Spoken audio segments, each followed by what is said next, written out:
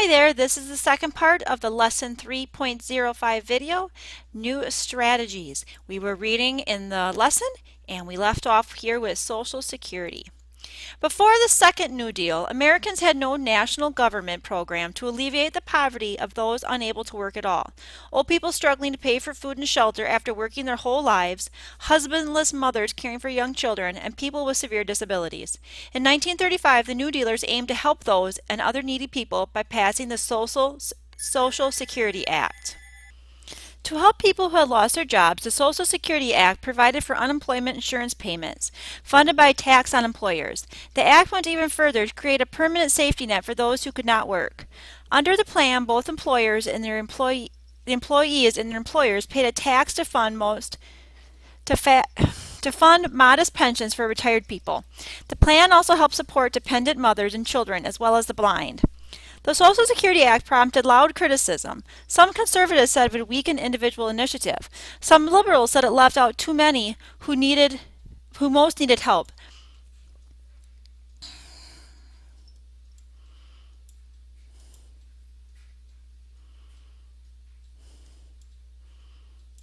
Oh, we'll get to the right page eventually to finish that paragraph. Such as farm laborers and domestic servants. The structure of Social Security, the taxing current workers to benefit retirees, would create fiscal challenges. Nevertheless, Social Security became the New Deal's most popular and enduring program, doing much to end the misery of old age poverty. For the first time in American history, the federal government created a safety net for senior citizens, most of whom could now count on old age pensions, for the jobless who now had access to temporary unemployment insurance, and for the poorest in society who could count on some monetary assistance. Okay, I just want to go back here and read this excerpt through here, photographing the Depression. And this picture here is probably one of the most iconic photos we see that in any history book or almost anything about the Great Depression, this photo will probably be displayed. It's just one that really epitomizes the Great Depression. It's called Migrant Mother, a mother that was looking for work on the farms out in California. In 1935, a New Deal agency, the Federal Resettlement Administration, employed the documentary photographer Dorothea Lange to prepare a visual record of farmers displaced by the Dust Bowl. In California, Lange photographed scenes of bleak poverty and weather-hardened faces, including perhaps the best-known image to emerge from the time, Migrant Mother, Nipomo, California. In a later interview, Lange recalled how she came to take the photograph that has since come to represent the suffering of the Depression. I did not ask her name or her history. She told me her age, that she was 32. She said they had been living on the frozen vegetables from the surrounding fields and birds that the children had killed. She had just sold the tires from her car to buy food. There she sat in that lean-to tent with her children huddled around her. When the Great Depression hit, Margaret Burke White was a successful industrial and architectural photographer. In 1935, Fortune magazine assigned her to photograph the Dust Bowl. She encountered, as she later recalled, faces engraved with the very paralysis of despair. These were faces I could not pass by. In 1937, she and the novelist Erskine Caldwell published Have You Seen Their Faces? A survey in pictures and words of the lives of the desperately poor farmers across the South. In 1936, Fortune magazine sent James Agee, a young writer, and Walker Evans, a photographer, to report on the lives of poor tenant farmers in Alabama. The report they produced was so bleak that the magazine decided not to publish it. So the two men instead produced a book, Let Us Now Praise Famous Men. The book opens with a series of photographs by Evans without comments or captions, including many faces that stare frankly into the camera. The stark pictures, along with Agee's passionate and lyrical words, vividly evoke the experiences of three families of tenant farmers, working the dry earth and living, rather surviving, from day to day. And one of those photos is right here, Cotton Sharecropper, Alabama. And then this photograph from Margaret Burke White captured the irony of African Americans lined up for free food and clothing in front of a billboard extolling American prosperity. There's no way like the American way. Happy-go-lucky family with everything in their Ford automobile, and then those waiting in line for free food and clothing. Okay, continuing on, we left off here on this page of the Wagner Act. New York Senator Robert Wagner, a tireless advocate for workers, championed the most far-reaching reform bill of the New Deal, the National Labor Relations Act, often called the Wagner Act. This legislation guaranteed workers the right to join unions and participate in collective bargaining, negotiating contracts with their bosses and wages, hours, and conditions in the workplace. The act also outlawed anti-union tactics by corporations. Roosevelt hesitated to support the Wagner Act, but in the end he helped it through Congress. The act gave the federal government significant new authority over relations between workers and employers, and gave workers at least some tools to negotiate with employers, and thus more of a say in controlling their own destiny. The National Labor Relations Board, established by the Wagner Act, has enforced fair dealings between unions and employers ever since. Industrial unions on the rise. By protecting the rights of workers to join unions, the Wagner Act helped spur the growth of unions. But even as labor's power was growing, the labor movement was split by an internal argument.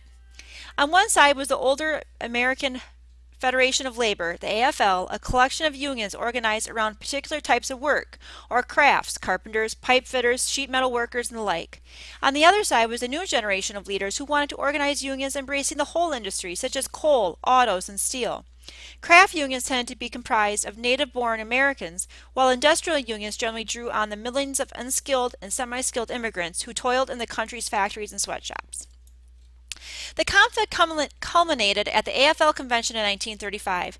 There, in front of thousands of stunned union members, John L. Lewis, a tough president of the United Mine Workers, punched Big Bill Hutchinson, head of the United Brotherhood of Carpenters and Joiners of America. As Hutchinson sprawled onto a table that collapsed under him, Lewis calmly lit a cigar and left the hall. The brawl was followed by the creation of a new federation of unions, the Congress of Industrial Organizations, the CIO. The CIO first focused on recruiting members from the automobile and steel industries. At first, to discourage workers from joining the unions, both industries resorted to old tactics: intimidation, private detectives as spies, and more. But in 1937, when the Supreme Court confirmed the constitutionality of the Wagner Act, the companies were compelled to back down from their anti-union tactics. More militant than the AFL, CIO unions staged sit-down strikes. To win their demands, workers would take over a factory by sitting idle at their workstations.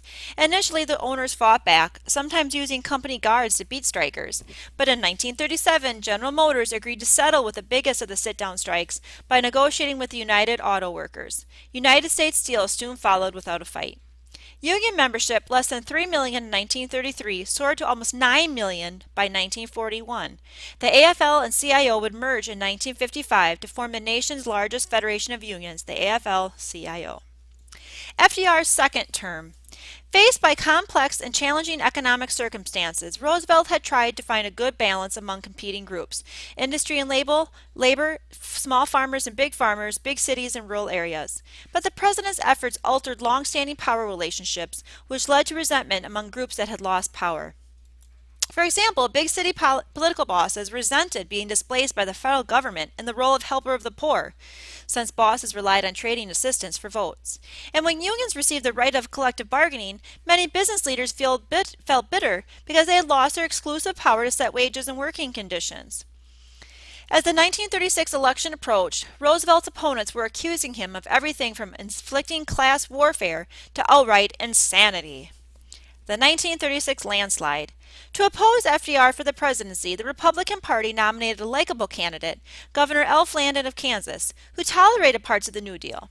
Roosevelt campaigned less against Landon than against the men he called economic royalists, big businessmen and the wealthy. "They are ununanimous in their hate for me," said Roosevelt, "and I welcome their hatred." Though the president himself came from great wealth, he presented himself as a candidate of the ordinary working-class American. Although the public knew the New Deal had fallen short of ending the Depression, a vast majority of voters believed Roosevelt was on their side. While campaigning, he heard people cry, "He gave me a job!" or "You saved my home!" A Massachusetts Republican voting for FDR spoke for many when she wrote to him, You're never finding any problem unsurmountable is a guiding spirit to this nation." The result was the biggest landslide in any presidential election to date. Every state but Maine and Vermont gave their electoral votes to Roosevelt. American politics had shifted from Republican to Democratic dominance. Court packing and other troubles. "I see one-third of a nation ill-housed, ill-clad, ill-nourished," Roosevelt declared in his second inaugural address. He interpreted his 1936 victory as a strong mandate to finish the New Deal's war on the Depression. But he also saw a giant obstacle in his path: the conservative justices of the Supreme Court. The court had already ruled against a number of New Deal initiatives. Now, as Roosevelt began his second term, new lawsuits were making their way to the Supreme Court. As Roosevelt saw it, the mostly conservative court threatened to invalidate the Social Security Act, the Wagner Act, and other reform bills to come. To remove that obstacle, FDR devised his most audacious plan yet. Roosevelt's strategy was to offset the conservatives on the court by adding to the total number of Supreme Court justices. While the Constitution calls for the establishment of a Supreme Court, it does not specify the number of justices. The number was set at 9 by an act of Congress in 1869. Roosevelt argued that 9 justices were overworked and needed help. He proposed that for every member of the court who is over 70, a new justice be appointed, up to a maximum of 15 justices. With 6 of the 9 current justices over 70, everyone realized that the overwork had little to do with it. By increasing the number of justices, FDR wanted to pack the court with a majority of justices favorable to the New Deal. Conservatives were outraged by the plan. They charged Roosevelt with wanting to be a dictator. Even many of FDR's supporters thought he was playing fast and loose, not only with the truth about his motives, but also with the principles of checks and balances in the Constitution. Congress and the press quickly turned against Roosevelt's proposal. Even as Congress debated the court packing plan, the court approved the minimum wage law in Washington state and upheld the Wagner Act. Then one of the conservative justices resigned, allowing Roosevelt to appoint a new justice and tilt the court in the president's favor. Thus, the Supreme Court no longer stood in his way. Still, when Congress voted down Roosevelt's court packing plan, it cost him much of the goodwill and prestige he had won in the 1936 election. Other troubles were developing as well. A wave of labor strikes, some of them violent, rocked the country. In March of 1937, stock prices began to skid. By fall, it was clear the economy had slipped into a new recession. The Roosevelt recession, critics called it, a deep embarrassment to the president, who had so confidently assured the nation that his plans would bring long-term recovery. FDR had tried to prime the pump of the economy with relief payments and funds for public works. He had tried budget cuts and heavy spending. Now, like Herbert Hoover before him, Roosevelt seemed baffled by the Depression's stubborn persistence. The president sought advice from businessmen and economists alike. When the economy took a further dive in the spring of 1938, he decided at last on a program of new federal spending. Gradually, the economy took a sputtering turn upward. Yet, the Depression persisted, and millions still walked the streets without work. And here in this 1937 cartoon, even the mostly Democratic Congress kicked up its heels against FDR's court packing plan. The donkey representing Democrats. That's why we know it's even Democrats were balking against it. The New Deal at low tide. The court packing plan and the Roosevelt recession turned many in Congress against FDR. Congressmen who had voted for the New Deal, less from conviction than from respect for Roosevelt's popularity, were quick to abandon the president when his popularity declined. Roosevelt met new resistance from conservative Southern Democrats. They feared that a strong federal government might one day tamper with the South's Jim Crow laws and traditions. They resented relief agencies like the WPA, which paid wages to rural blacks, thus undermining some of the social control that whites exerted in the Southern sharecropping system. They also feared the rising influence of Northern blacks and immigrants in the National Democratic Party. Republicans, sensing they might be on the verge of a comeback, joined with the Southern Democrats to block or delay new reforms. Since the end of the Civil War, Republicans and Southern Democrats had been political opponents. But in the spring of 1938, they joined forces to deal FDR a major setback. He had sent to Congress a plan for reorganizing and strengthening the executive branch. It was a straightforward effort to make government more efficient, but conservatives again charged that Roosevelt aspired to dictatorial powers. They killed the bill by a narrow margin. In the 1938 congressional campaigns, FDR struck back at those in his own party who had opposed him.